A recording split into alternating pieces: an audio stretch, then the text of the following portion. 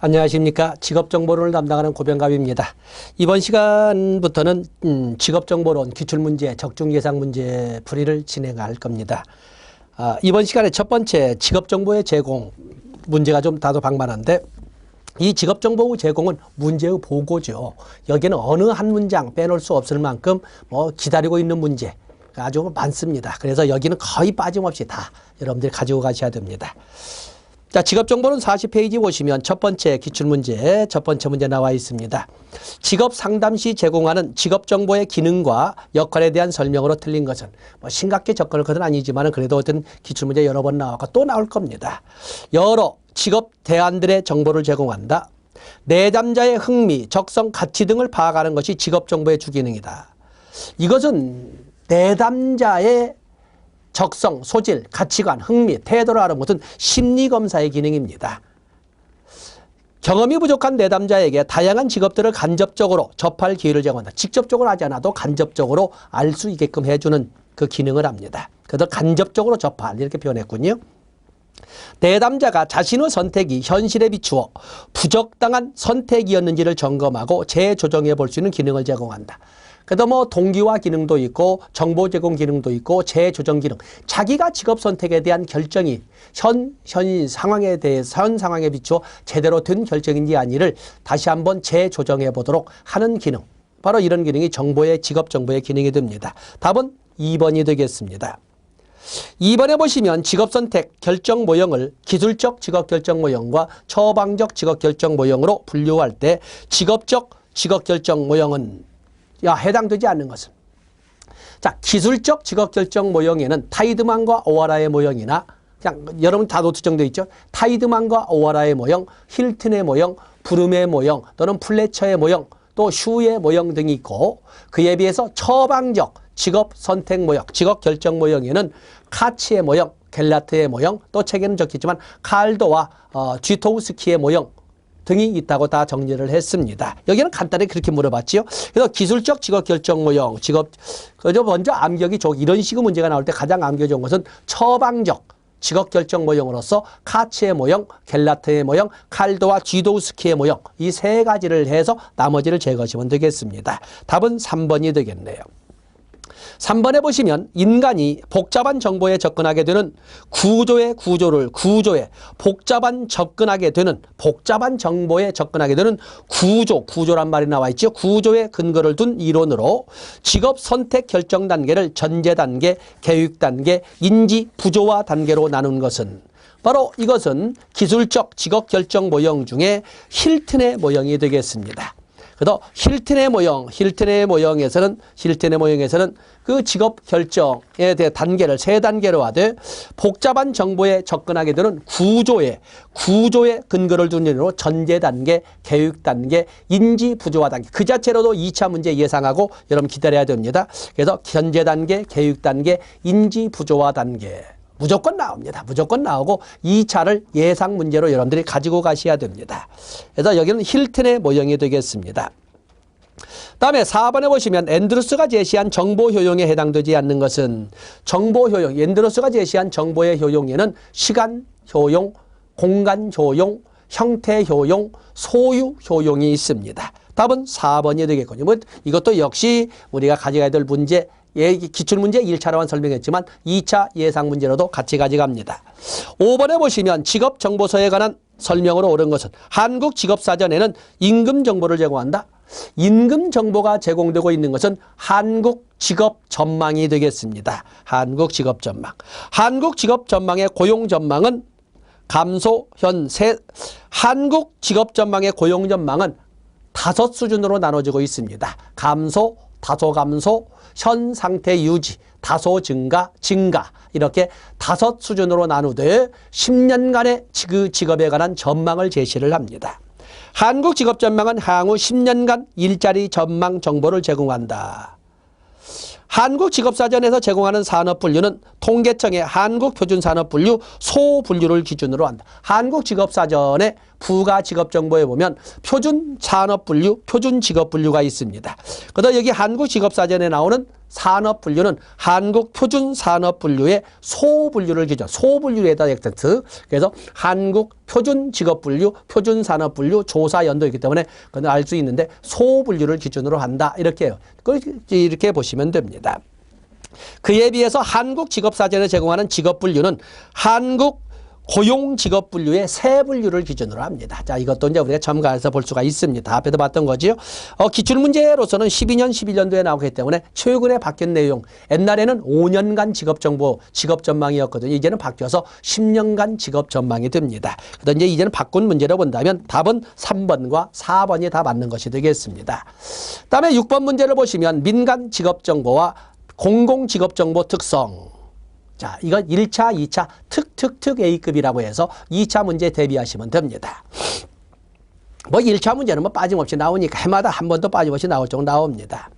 자, 거기 보시면 공공직업정보, 공공직업정보라고 하는 것은 지속적인 조사, 보편적 항목, 기초사항에 대한 정보 제공, 무료 제공, 직업 간 정보, 상호 교류, 또 비교, 용의 이런 단어를 쭉 설명하는데 한시적, 제한적, 유료, 필요한 때, 완전한 이런 단어를 쓰게 되면 민간 직업정보가 됩니다. 필요한 때 한시적으로 신속하게 생산 운영되는 것은 민간 직업정보가 되겠어요. 광범위한 이용 가능성, 객관적 평가. 3번에 보시면 모든 직종을 대상으로, 4번 특정 종목만을 강조하지 않고 보편적 항목으로 이루어진 기초적인 직업정보 체계로 이었다. 전부 공공직업정보의 특징인데 한시적, 제한적, 유료, 완벽한 이런 단어가 나오면 이것은 민간 직업정보가 되겠습니다. 1차, 2차 동시병행. 여기 나왔다고 안 나오니 또 나옵니다. 무조건 나옵니다. 7번에 보시면 한국직업사전의 본 직업명에 대한 설명으로 옳지 않은 것은 한국직업사전의 구성 항목 또 적어봐야 되겠죠.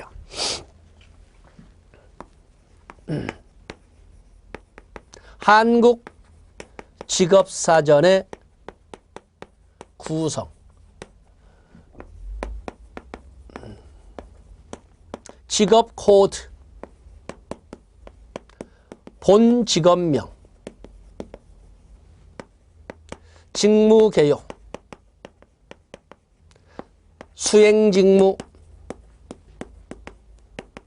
그리고 부가 직업 정보로 이렇게 이루어져서 이 자체로도 역시 1차 예상 문제, 2차 예상 문제가 될 겁니다. 그러면서 부가 직업 정보를 별도로 해서 우리는 13개 항목을 13개를 암기하는 데는 좀 불편하니까, 그러나 암기해야 되는 것은 그 자체로 또 2차로 출제가 되니까 해서 이 13개를 덩어리로, 몇 개의 덩어리로 제가 분류를 했습니다. 그래서 정규교육, 숙련기간, 그리고 직무기능, 직무기능을 이렇게 3개로 나누는데, 특히 직무기능은 여기 직무개요가 있으니까 조심스럽게 여러분이 직무기능 이 3개를 한 덩어리로 묶었습니다. 정규교육, 숙련기간, 직무기능을. 다음에 보면은 작업, 장소, 작업, 환경 역시 이것도 하나로 묶었고, 다음에 작업, 강도 5단계로 나눈 거 있지요. 아주 가벼운, 보통, 힘든, 아주 힘든 작업하는 것, 작업 강도와 육체 활동 이렇게 해서 역시 한 덩어리로 묶었습니다. 작업 강도와 육체 활동. 다음에 유사 직업, 거기에 보시면 우리가 보면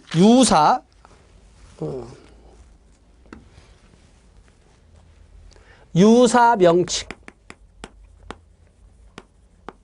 또 관련 직업, 또 자격 면허,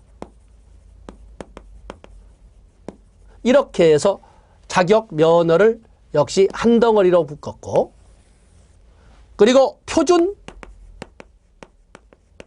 산업분류와 표준 산업분류, 직업사전상, 한국직업사전상 산업분류는 표준산업분류의 소분류를 기준으로 한다 했지요. 그 다음에 표준직업분류, 한국직업사전산 표준직업분류는 한국고용직업분류의 세 분류를 기준으로 한다. 자, 이거 하나 묶었고, 그리고 조사연도. 이렇게 해서 부가직업정보에는 13개가 이렇게 존재한다라고 설명을 했습니다.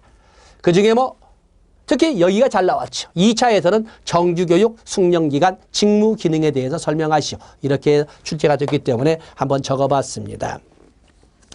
자, 보겠습니다. 여기는 특히 본 직업명을 가지고 문제를 따로 냈네요. 산업 현장에서 일반적으로 사용되고 있으며 일반 직업으로 알려진 명칭 혹은 그 직무에 통상적으로 호칭되는 것으로 선정하였다. 다 교재 내용이네요. 특별히 부르는 명칭이 없는 경우에는 직무 내용과 산업의 특수성을 고려하여 누구나 쉽게 이해할 수 있는 명칭을 부여하였다.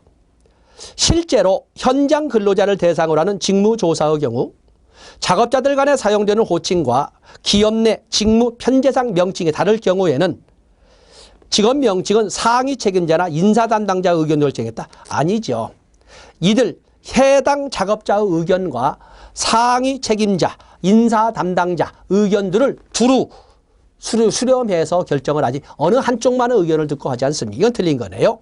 가급적 의뢰어를 피하고 우리말로 표기하되 우리말 표기가 현장감이 없을 경우에는 의뢰어를 교육부에서 정한 의뢰어 표기법에 따라 표기하여야 다 설명이 됐던 내용이 되겠습니다. 답은 3번이 되겠어요. 8번 페이지 넘어가십니다. 8번에 보시면 한국직업사전의 부가직업정보에 해당되지 않는 것. 그래서 한번 적어봤죠. 정규교육, 숙련기간, 직무기능, 작업, 장소, 작업환경, 작업 강도, 육체활동. 그러죠? 다음에 유사명칭, 관련직업, 자격면허, 표준산업분류, 표준직업분류, 그리고 조사연도 이렇게 해서 직무개요. 직무개요는 구성명치의 본 내용입니다. 직무개요. 그래서 직무기능과 함정을 가지고 출제한 문제가 되겠어요. 답은 3번입니다. 9번 문제를 보시면 한국직업사전의 제공정보 중 직무기능에 대한 설명. 직무기능은 부가직업정보의 직무기능을 말하는데 직무기능은 업무 담당자와 업무 담당자가 자료 또 사물 사람과 어떠한 관련성을 가지고 있는지를 보여주는 것이 바로 직무기능이 되겠어요. 직무기능은 해당 종사자가 직무를 수행하는 과정에서 자료, 사람, 사물과 맺는 관련된 특성을 나타낸다. 그렇습니다. 개요군요. 사람의 기능은 자문, 협의, 교육, 감독, 오락 제공, 설득, 말하기 신호, 서비스 제공 등을 포함하여 유계적 관계가 명확한 활동이다. 위에 있는 종류, 이 직무 기능은 0부터 해서 쭉 해서 단계를 설명하고 있지만 자료나 사물에 대한 것은 그 유계가 명확하고 있지만 사람에 대한 것은 유계적 관계가 약합니다. 희박하다 이렇게 보통 표현하죠. 유계적 관계가 희박하다라고 설명을 합니다. 그래서 그 유계적 관계, 위에 있는 자문, 협의, 교육 그 단계까지를 여러분들이 암기하시면 더욱더 좋겠습니다만은 그러나 이 직무 기능은 보통 9개 단계, 0부터 8 수준까지 9개 수준으로 나눠져 있지만 사람에 관련된 기능은 사람에 관련된 것은 거기에는 유계적 관계가 없거나 희박하다가 특징이 됩니다. 이게 틀린 것이 되겠어요.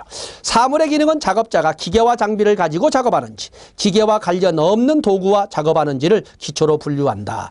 그래서 사물에 관련된 것은 사람과 구분되는 무생물에 관련된 것으로서 물질, 재료, 기계, 공구 등에 관련된 이런 것을 서술한 것이 바로 사물에 관련된 것이 되겠습니다.